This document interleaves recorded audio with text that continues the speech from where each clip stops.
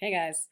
I am going to be talking tonight about social structures and about how to use evidence from the documents to support your thesis, as well as how to write a complex thesis. If you were on the Zoom call last week, you got to hear me talk about my strategy for hopefully up to 9 of the 10 possible points on the DBQ, while only having to look at potentially two of the 5 documents, which would be amazing. If many of you were not able to make it to that call, so I wanted to talk through that with some examples. So here we go. All right. So we are currently 3 weeks out from the exam, which is crazy. We have been working our way through our campsite course themes. So if you've been keeping track, we've done CAMP. Today would be S, which is, of course, social structures. And at this point, we've also talked about writing a thesis, writing contextualization. And so it is time for us to talk about getting into the documents. So, quick thematic overview of social structures as a theme. This description over here is straight out of College Board's course exam description, and I don't know about you, but it feels very fluffy and squishy and not at all concrete to me. Social categories, roles, and practices are created, maintained, and challenged and transformed throughout American history, shaping government policy, economic systems, culture, and the lives of citizens. As always with these thematic reviews, I've made you kind of a list of what I see as some of the social developments from all of our different time periods that could be the focus of the exam. I'll share all of this with you guys in a upcoming document. But just to make social structures feel a little bit more accessible, I want to break it down into sort of 3 categories. So I often think of social, political, and economic as sort of like the old school classic 3 of ways that historians think about the past, right? Those are often the lenses that historians put in place. And social structures also breaks down into what I often think of as 3 major categories. They're not the only categories, but they are the 3 big ones. The first social structure that you could use as a lens to look at American history is race, right? Is the history being told the history of white people, of black people, of other people of color? Is it the history of the interactions between those groups? Is it history that is tainted by kind of the bias of one of those groups at the expense of others? Or is it a story about change around the question of race in American history? That is, all of those are ways that you can look at race as a social structure. Another kind of classic one is to look at gender, right? Is this a male-dominated patriarchal version of history, or is this more of a feminist view of American history? As we get into maybe more contemporary history, although maybe not, if you listen to that through line about the public universal friend all the way back in the 1780s who had almost died of a fever and then came out saying, I have no gender. So maybe there's a way of looking at a non-binary form of American history. And again, this is also a way of thinking about change, right? How have things changed for men, for women, for non-binary folks or LGBT folks over time in American history? And then the last kind of classic social structures category is class or socioeconomic status. I feel like I've drawn this pyramid on the board a million times this year. We've talked about how often, and not always in societies, but often you have kind of a small elite group, a middle class, and then often a very, very large laboring or working poor class at the bottom. And that seems to be something that happens throughout American history and really throughout a lot of Western civilization as well. So if you wanted to look at class history, that might be looking at a labor history or a history of not like the big men history like George Washington or big women like Elizabeth Cady Stanton or Susan B. Anthony or something like that, but really looking at kind of the unnamed folks of American history. If you read any Howard Zinn, Howard Zinn is all about kind of the history of people who don't otherwise have a voice, and that often is a class-based history. So with that in mind, you'll notice that all 3 of those categories are helpful to kind of have in the back of your mind when you're thinking about sourcing a document's point of view, right? When you read a document, it is sometimes very helpful to just kind of take a step back and be like, what is the social structure of the person who wrote this? Or what is their social identity? And that can often give us some clues into like, oh, of course, Theodore Roosevelt, white man at the turn of the century experiencing kind of this crisis of masculinity. Of course, this is one of the reasons why he's going to be thinking about imperialism or whatever it might be in this particular way. We're going to talk more about document sourcing next week. That's kind of like the advanced class on how to use the documents. So we'll get there. It's sappy, right? We've talked about it all year, but we're not going to talk about it anymore tonight.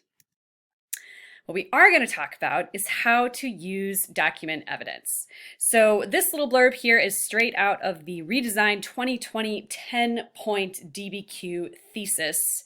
DBQ rubric. You will see that you can actually earn up to 5 points from using evidence somewhere in your essay. 2 of those points are outside evidence points, which obviously has to be beyond the documents. Today I'm really going to talk about using the documents, but I think the documents can often be kind of a springboard for making those connections to outside evidence.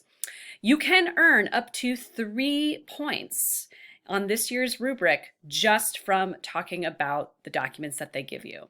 So 1 point if you just accurately describe what's going on in up to 2 of those documents. And that means you have to do more than quote them, right? All year long, I've been telling you guys, don't quote the documents.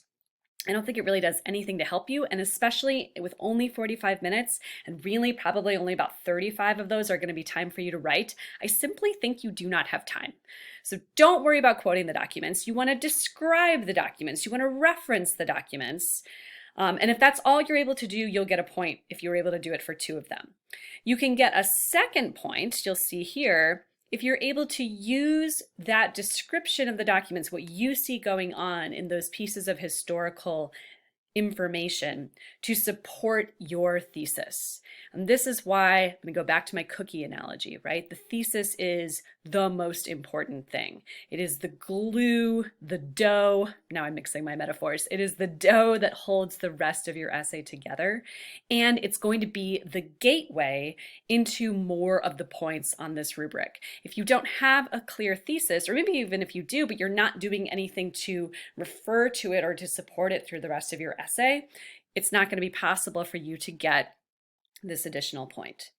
The last possible point here comes from adding on, right? Doing more of that, using up to 4, maybe even 5 of the 5 possible documents, but at least 4 in order to support your thesis. This is the point that I'm actually going to counsel you to maybe ignore, right? Don't work as hard to get this point. I actually think there are some easier points for us to be able to get. Okay, let me check my time here. Okay, so like I said, this is going to be kind of a choose your own adventure. You are going to decide, do you want to get 2 points in this category or 3 points in this category? And if you're going for 2 points, what I'm also going to counsel you to do is work towards writing a complex thesis and a complex essay. And that way, you don't have to worry about this point so much because you are going to get that unicorn point for complexity, and you might only have to talk about 2 documents, which would be amazing. Okay, here's how you're going to do it. I don't know what this means. I think I duplicated the wrong slide. Let's move on. So here is the strategy, the 9 out of 10 points DBQ writing strategy. First of all, I just want to talk about how the points are broken down. I kind of referenced this a moment ago when we were looking at the text from the rubric. Some of this is familiar, right? You still get 1 point for contextualization. That should probably be the very first thing in your essay. You still get 1 point for thesis. It still has to be more than just restating or reshaping the prompt. You have to answer a question because is going to be your magic word. You get up to 3 points for evidence from the documents, up to 2 points for evidence beyond the documents, right? Things from your brainstorm, things that from maybe the vocabulary list that hopefully you have open right next to you so you can be like, oh, this is from period 5, and you can just look at words from period 5 and make some of those connections. You can get up to 2 points for document sourcing. So if you maybe wrote about 2 documents to support your thesis, your complex thesis, you would want to then source those 2 documents talking about SAPI, right? Your historical situation, your audience, your purpose, or your point of view for that document. And then the last point of the 10 is the complexity point, the unicorn point. So my proposed strategy for you guys is that you kind of do the things here that are in bold, right? You have an intro paragraph that has contextualization in your thesis, that's 2 points. You have 2 body paragraphs and have at least 1 document and 1 piece of outside evidence in each, and you're gonna get sappy with those documents in each body paragraph. The last point, so if you're doing math here, we got 1, 2, 3, 4, 5, 6, 7, 8, right? The last point, the 9th point, I think you can get if you do a complex thesis where you actually start with a counter argument and then you use one of your body paragraphs to actually expand on that counter argument. The second body paragraph would then refute it, and you'll have a wealth of rich information in both of those body paragraphs because you're also sourcing your documents and you're using outside evidence. And because that's baked into your whole essay, complexity point. If just listening to that made you go, oh my God, I can't do this. It's fine, it's fine, don't worry about it. If you just cover up the stuff here that's in kind of this purpley color, just ignore it, you can still potentially get 8 points on this essay by potentially only talking about 2 of the 5 documents, right? Intro, paragraph, contextualization, and thesis, that's 2. Body paragraph with a document, a source document, and an outside piece of evidence, that's 3 more points for 5, and then 6, 7, 8 points if you do that a second time in a second body paragraph. So if you do this well, even without the complexity point, you are potentially looking at 8 out of 10 possible points while only looking at 2 documents. That's amazing. That's amazing. We are gaming the system here. This is good. The tricky part is that means you really have to choose the right documents and you really have to read and understand them. And that's where this gets overwhelming, right? Having to look through this much information in a small amount of time and use it to write a thoughtful essay is hard. It's why you're getting college credit for writing this one essay potentially, right? Okay, so let's break it down a little bit. First of all, just want to do a little bit of reading together of some documents. So as you know, you could get a mixture of primary and secondary sources on the DBQ.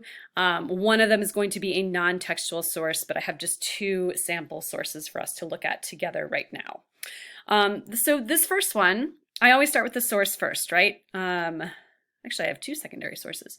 So this is Mary Beth Norton, historian, the Philadelphia Ladies Association from American Heritage, 1980. So I have a lot of clues here that this is a secondary source. And if I'm not totally sure about it, I can see right up here, she's talking about George Washington, but she's writing in 1980. So I don't think that they are contemporaries. I don't think that they were alive at the same time. So I'm thinking in the back of my head, okay, this is a historian. This is someone giving me a commentary on what was going on in the past. And I chose this source just because I think it has some nice ties into our theme of the day, social structures. So here's what the source says. I'm going to read it quickly, or you could pause here and read it for yourself. George Washington's gratitude was genuine, but the fact remains that the members of the association who had embarked on a very unfeminine enterprise were ultimately deflected into a traditional domestic role. Ironically and symbolically, the Philadelphia women of 1780, who had tried to establish an unprecedented nationwide female organization, ended up as one amused historian called General Washington's Sewing Circle. Ouch, burn. Male revolutionary leaders, too, regarded women's efforts with wry condescension. The women, on the other hand, could reflect proudly that whilst our friends were exposed to the hardships and dangers of the fields of war, for our protection, we were exerting at home our little labors to administer to their comfort and alleviate their toil. So if we were studying for a normal exam, right, we would maybe quiz ourselves with this style of multiple choice question. But I think even just looking at this little source is a helpful way of thinking about how are you looking at social structures and other information when you're reading a historical source. So I'm seeing information in here about women. I'm seeing information in here about what men think about women and what women think about themselves. And so that to me is a really good clue that this has something to do with kind of social history. not just the events of this time period, although also in the back of my head, I might be thinking about the Daughters of Liberty, the non-importation movement, right? This is all period 3 stuff, but also thinking about kind of a particular gendered look at the past. So the question here, during and immediately after the Revolutionary era, which of the following resulted most directly from the efforts of women such as those described in the excerpt? So I have men kind of looking at women and sort of not denigrating them, but maybe making light of them a little bit, and women looking at themselves and being like, we did a really good job here, even though maybe what they weren't doing was not that much more complicated than like sewing. So for my options, A, the extension of voting rights to women nationwide, B, the reform of laws regarding women's property ownership, C, the creation of a national network of abolitionist societies, or D, the ideal that women would teach Republican values, I'm probably going to be looking for a step that is not huge, right? That this is incremental change over time. And the right answer here, of course, is D. This is a direct reference to Republican motherhood, but also just from a logical kind of progression point of view, we're probably not going to jump from sewing on behalf of the Sons of Liberty to having voting rights nationwide, right? We know that that's a much longer story. Here's another one, another secondary source. In the interest of time, I'm going to let you kind of read this for yourselves. You can pause here and read it. And this is actually another reference to Catholic immigration, Irish immigration, which we talked about last week a little bit when we talked about migration and settlement. So that is another way of thinking about social structures, right? Not necessarily as Black versus white, or people of color versus white people in America, but also that you have different ethnic groups that are sometimes bumping up against each other who are of the same race in American history. And this is a good example of that. Okay. So another way to think about social structures, or any of the course themes, is that it is a category of analysis that you can use to answer a question, in this case, a DBQ prompt, right? So if you were given the prompt, and this is sliding ahead a bit into period 7, evaluate the extent of change in the domestic United States during the Second World War from 1939 to 1945, you could potentially go to the big 3, right? And say there was either a lot or not very much social, political, economic change. So if I were writing this essay, and I wanted to outline it a little bit, right? I get my prompt, I start my brainstorm, I might come up with something that looks like this. I'm really focused here on what is it that they're asking me to talk about. A note to myself that domestic always means within the United States, right? So this is not a foreign policy question. Really looking closely at the years here, 1939 to 1945, this is clearly about World War II. So before I even look at the documents, I want to start my plan, right? Okay, so how would I want to talk about change? I could talk about political change here. I could talk about economic change. I could talk about social change. I already have a framework to start thinking about how I'm going to process those documents before I ever flip the page to start looking at them. Do this. Please do this. It gives you this firm foothold. It's like going back to the cookie analogy, right? It's almost like giving yourself a recipe that you can start cooking with. And then by the time you're rooting around your cupboard and you're finding your chocolate chips and you're finding everything else, you know kind of the path that you're going to be taking to bake it all together and make it make sense. So you're welcome to pause here and look at this in more detail, but I want to press forward so that this lecture is not 1,000 years long. So let's say I want to focus on social change, right? Let's say that's the course theme I really want to use to talk about in my essay. Then I maybe want to do even a little bit more detailed brainstorming, right? Thinking about women and minorities, I might want to focus on specific pieces of historical evidence, like the Double V campaign for African Americans and the figure of Rosie the Riveter. So my 2 little pieces of outside evidence that can help me in with my brainstorm. So then I'm going to start working my way through the documents. So I'm going to pause. You can pause here to read this on your own, and then I'm going to kind of flash forward to my commentary. So in this particular document, this line really stood out to me. It is important that the whole nation cheerfully accept the selective service system. Selective service, of course, I know is the draft. And so this makes me think maybe this is a way of thinking about the importance of women stepping up to take on men's existing roles in society. This isn't explicitly talking about women, but if that's what I want to talk about, or if that's what I think I want to talk about, maybe this document could help me with that. So now I'm going to move on to my next document. Document 2, pause here, read it on your own for a moment. Okay, so the things that stood out to me in reading this one are our author, Ted Nakashima, very directly says, I was born of Japanese parents, right? So I know that we're talking about a Japanese American person's experience in 1942, and that the resettlement center that he is living in is actually a penitentiary, which is the fancy word for a prison. So I know that he is talking here about Japanese internment. He doesn't explicitly use that phrase in this document, but I know that's what he's talking about. To me, like, as I'm just kind of flipping through the documents, right, I also think this is a connection that maybe I could make to race-based fears in American society, right? It makes me think of the earlier Chinese Exclusion Act, makes me think of nativism. Maybe this is something I would actually want to use in contextualization of my essay. I don't know if I want to use it yet. I'm going to keep reading. I'm not sure. Document 3, pause, read. And here are my notes. So in the source line, I noticed right away that this is an African-American newspaper. One of the lines here that stood out to me was that we as colored Americans are determined to protect our country. And then the next line down here, victory over our enemies at home and victory over our enemies on the battlefields abroad. So if I wasn't sure about the identity of the author and maybe their point of view, he directly states that here. And then this line, this idea of victory, totally makes me think of the Double V campaign, right? The two-pronged attack, that's basically what he's talking about. So I don't know if I would be able to use the Double V campaign as my outside evidence, because I think this is kind of evidence of the Double V campaign, but I could certainly use it as to source this document and talk about the historical situation here. It also makes me think, well, what other outside connections could I make?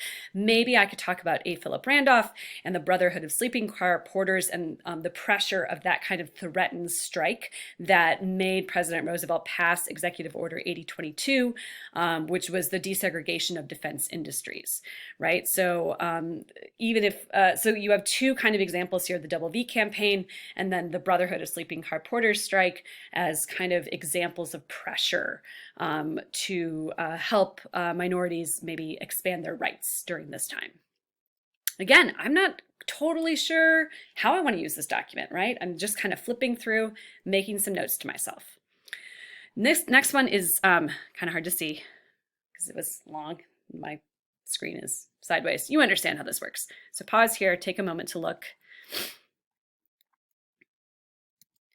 I spent probably the least time looking at this document of any of them, right? Because immediately I saw a woman, immediately I thought of Rosie the Riveter as an additional example here. And then it also made me think of ways that women were working, not just in all these jobs that they list down here, like farm workers and typists and salespeople, but it also made me remember, right, women were working for the Army. They were actually hired into the armed services, groups like the WASPs, the WACs, the WAVES, who were women actually serving in uniform, not in combat, but in the military in World War II. And then I also thought maybe there's a way to talk about how a lot of these listed jobs would no longer be seen as women's work after the war. Maybe that would be a counterexample of change, right? Thinking about kind of how I can build a complex thesis from the get-go. That's another thing that kind of leapt out at me. And then here's my last document.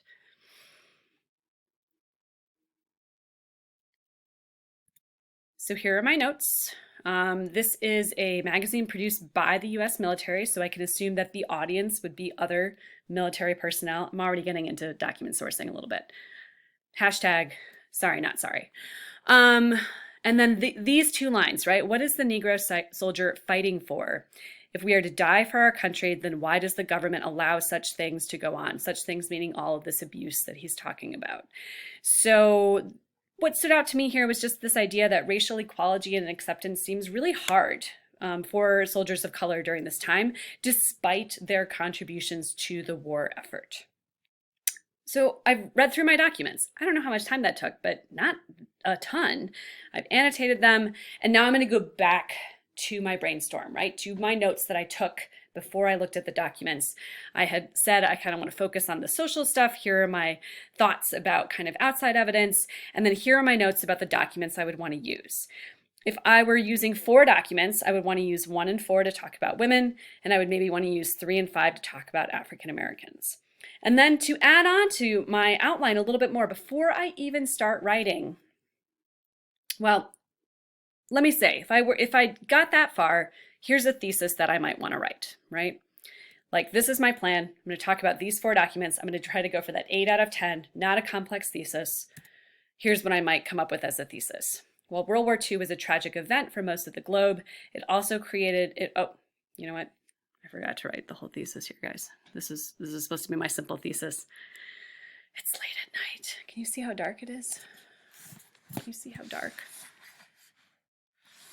It's okay. It's all right. We all know what a simple thesis looks like. Let's talk about the complex thesis. That's what I really want to talk about anyway, right?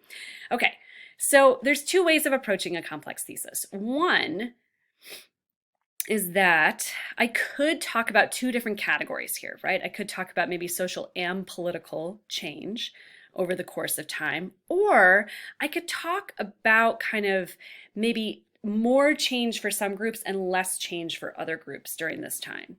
So kind of expanding on my outside evidence, right? Going back to those notes from my documents, maybe if I wanted to talk about women, I could really talk about a lot of change. This would be my outside evidence. If I wanted to talk about minorities, I could maybe talk about less change during this time, and this would be my outside evidence. So then I want to think about, okay, how do I write a thesis, get that unicorn point, and set myself up for 9 out of the 10 possible points? The formula for writing a complex thesis, as you may recall, is although X, A and B, therefore Y. X is your counterclaim, Y is your claim, your thesis, and A and B are kind of the 2 major points that you're going to make, the 2 pieces of evidence that support your claim. So here's an example of what a complex thesis could be. This is when I started writing on the last slide. While World War II was a tragic event for most of the globe, it also created inroads for opportunity for some social groups in the United States.